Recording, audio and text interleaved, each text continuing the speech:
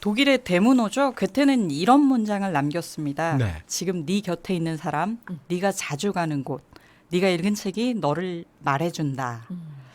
저희가 코로나19 시대를 지금 지나고 있는데요. 네. 지금 우리들이 내 곁에 있는 사람도 그리고 내가 자주 가는 곳도 떠올리기가 힘들죠. 그렇지만 내가 읽은 책은 무엇인지 바로 말할 수 있었으면 좋겠습니다. 어디도 가기 힘들고 그리고 누구도 쉽게 만나기가 힘든 요즘. 그래서 코로나 블루 또 코로나 앵그리까지 네. 나왔죠. 앵그리라고 그러죠. 예, 네. 그렇게 이런데 빠지기 쉬운 요즘 맘먹고 책을 함께 읽어보셨으면 어떨까 하는데요. 네. 그러니까 하시는 말씀을 들어보니까 지금은 꼭 책을 읽어야만 하는 그러니까.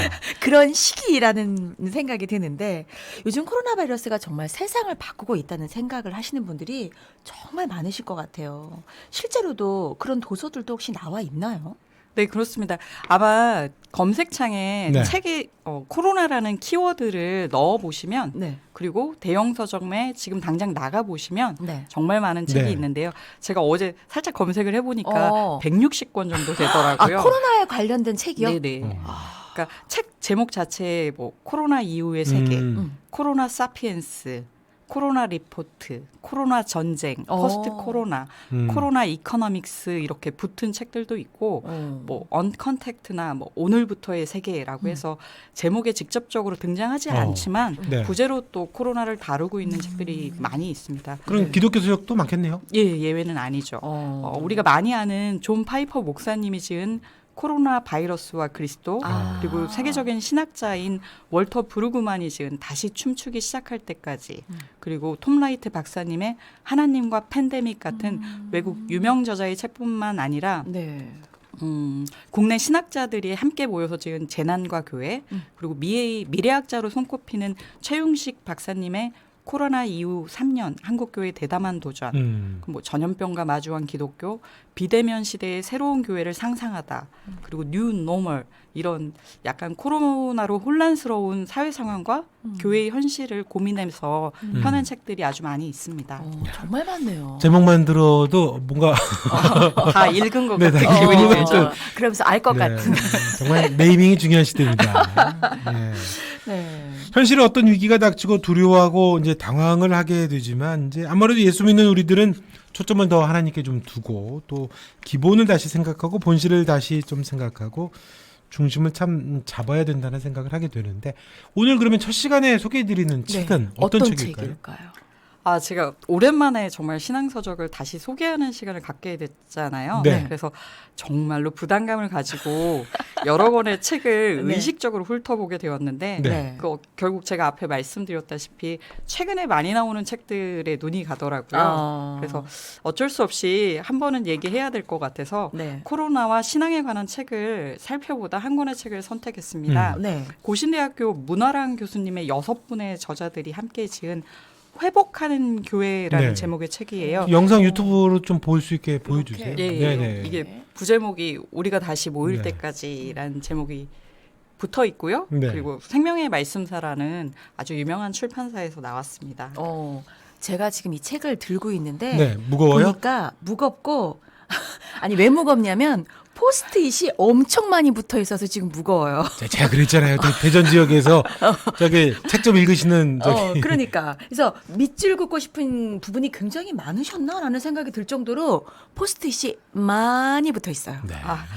제가 어쩔 수 없이 계속 고민하던 부분이 있으니까 같이 고민하고 답을 찾으려고 하신 부분을 결국은 찾아서 읽게 되더라고요. 그래요? 네. 일종의 공감의 의미로 네. 이렇게 페이지에 계속 표시를 하긴 했는데 네.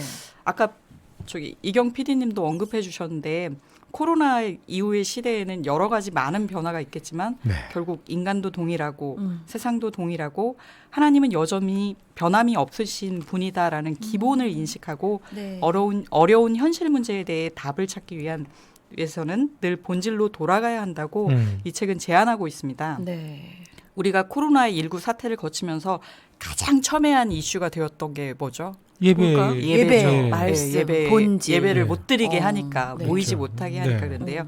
그런 주제들 예배, 말씀, 공동체, 양육과 훈련 그리고 우리의 세계관 그리고 기독교 교회의 사회적 책임과 섬김과 같은 주제를 아주 오랫동안 연구하고 씨름했던 6명의 저자들이 머리를 맞대고 예배는 어떻게 달라져야 하는지 이 고난의 시대에 어떻게 말씀을 전해야 하는지 그리고 그렇다면 우리 교회 공동체의 모습은 어때야 하는지 그리고 교회 양육과 훈련은 어떻게 변화해야 하고 교회는 어떠한 가치관을 가지고 살아가야 하는지 그리고 어떤 사회적 책임을 그리고 어떻게 세상을 섬겨야 하는지에 대해서 그 답을 열심히 찾고 또 책이 생각보다 어렵지가 않아요. 아. 정말 쉽게 쓰여져 있어서 네. 그 답을 아주 쉽게 씹어서 잘 전달해 주려고 노력하고 계십니다.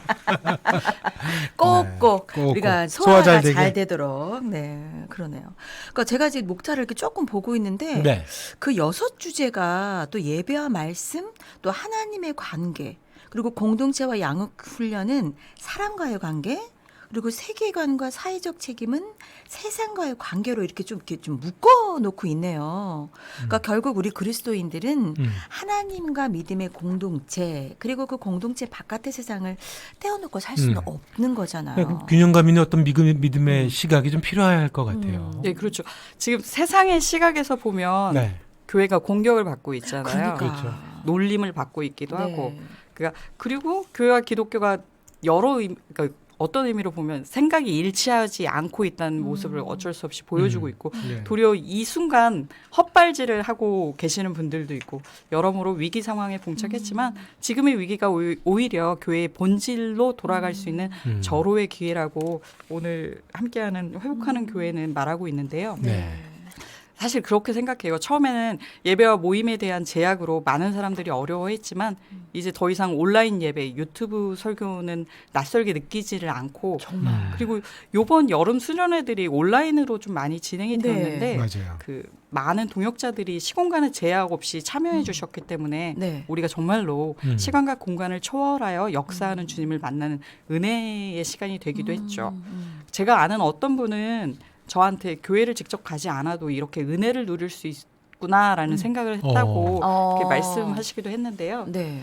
이 책은 목사님들한테도 좋고 평신도 분들한테도 좋을 것 같아요. 네. 목사님들에게는 코로나로 성큼 다가온 뉴 노멀 시대라고 하죠. 새로운 표준 시대에 이 위기의 시대에 성경적 목회 철학을 재조명하게 해주고 그리고 저희 같은 평신도들에게는 성도들이 회복해야 할 영역에 대한 깊은 고민을 하게 되고 그 또 답을 찾게 도와주지 않을까 생각해 봅니다. 네.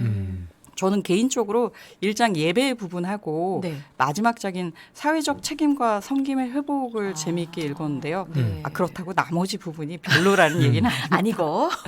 예배는 그 말씀드리신 것처럼 우리가 역사적으로도 예배를 못 들었던 시절들이 있어요.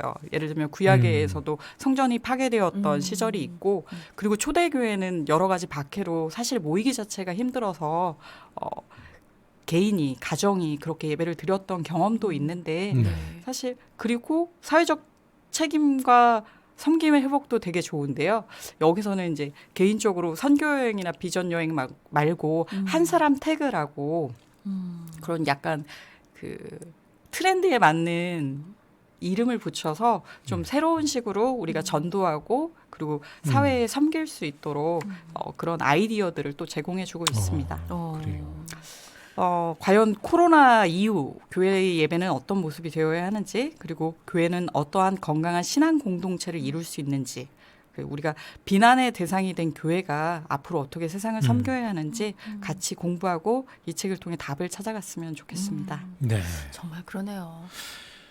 이제 뭐 슬슬 충격에서 벗어나서 정말 교회가 좀 회복이 됐으면 지금은 좀 싸울 때가 이제는 아닌 것 같고. 그러니까. 예. 고신대 문화랑 교수님, 시광교회 이정균 목사님, 광주 베샬롬교회 이정희 목사님, 다음교회 양승원 목사님, 한국 라브라 강사이신 이춘성 목사님, 한사람교회 서창희 강도사님. 네, 다. 잘 모르시겠죠. 근데 이분들이 쓰신 책들이 한두 권씩은 다 서점에 나와 있어요. 나름 이렇게 작지만 강한 교회들을 어. 이끌고 계시고 그리고 네. 그 한국교회 내부에서의 변화들을 이끄시고 계신 분들이기 때문에 네. 또 이 책이 계기가 돼서 어. 이분들의 다른 저서들도 음. 한번 보실 수 있는 기회가 되셨으면 이렇게 깨알같이 홍보를 하고 있습니다. 아. 네. 오늘 소개해 주시는 책 회복하는 교회입니다. 근데 이 부제가 우리가 다시 모일 때이군요. 네, 그렇죠. 결국은 다시 모여야 되니까. 네. 그리고 마음으로라도 모일 수 있으면 좋고요. 네. 좀 정리해 주시면요. 제가 네. 읽었던 부분 중에 가장 인상적이었던 부분 네. 길진 않거든요. 아. 네. 한 10줄 정도 네, 되는데 네. 그럼 좋아요. 잠깐 소개를 먼저 해드리고 네. 네. 정리를 해드릴게요. 네. 코로나19가 가져온 유익 중 하나는 군중 속에 숨어있던 개인을 하나님 앞에서 홀로 세웠다는 점이 아닐까 한다. 예수님과 사마리아의 여인의 대화에서 볼 수 있듯이 어디에서나 예배할 수 있는 자유가 주어졌지만 여전히 영과 진리로 경건하게 하나님께 예배할 수 있는지를 스스로 확인할 수 있었다.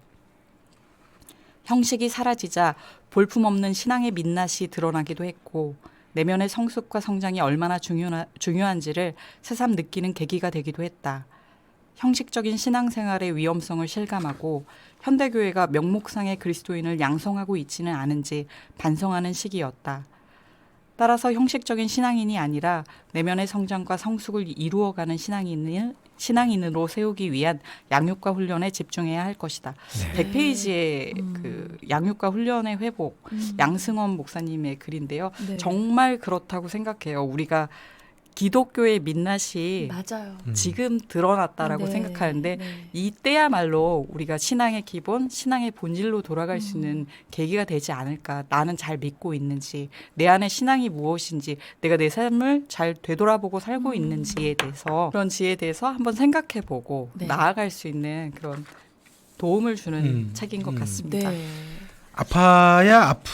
사실은 또 아파봐야 아파해야 통증이 있어야 무엇이 문제인지를 알고 그거를 그러니까요. 정확하게 치료를 할 수 있는 거니까 어떻게 보게 되면 아까 말씀을 주신 대로 지금의 위기가 우리에게는 네. 성도들에게 또 교회에게는 기회일 수 있습니다. 오늘 함께 하신 책은 회복하는 교회, 우리가 다시 모일 때까지 문화랑 교수님, 이정규 목사님, 김혁희 목사님, 양승원 목사님, 이춘성 강사님, 그리고 서창의 강도사님까지 이름은 낯설지만 이 모든 분들이 정말 열심히 살고 있다는 생각을 하게 되는데 우리 나머지 같은 신앙인으로서 저희도 이렇게 살아야 될 것 같다는 네. 생각을 했어요. 예배에 대해서, 공동체에 대해서, 교회의 사회적 책임과 그 세상에 대한 섬김에 대해서 네. 조금씩 생각해 볼 수 있는 계기가 되었으면 좋겠습니다. 네.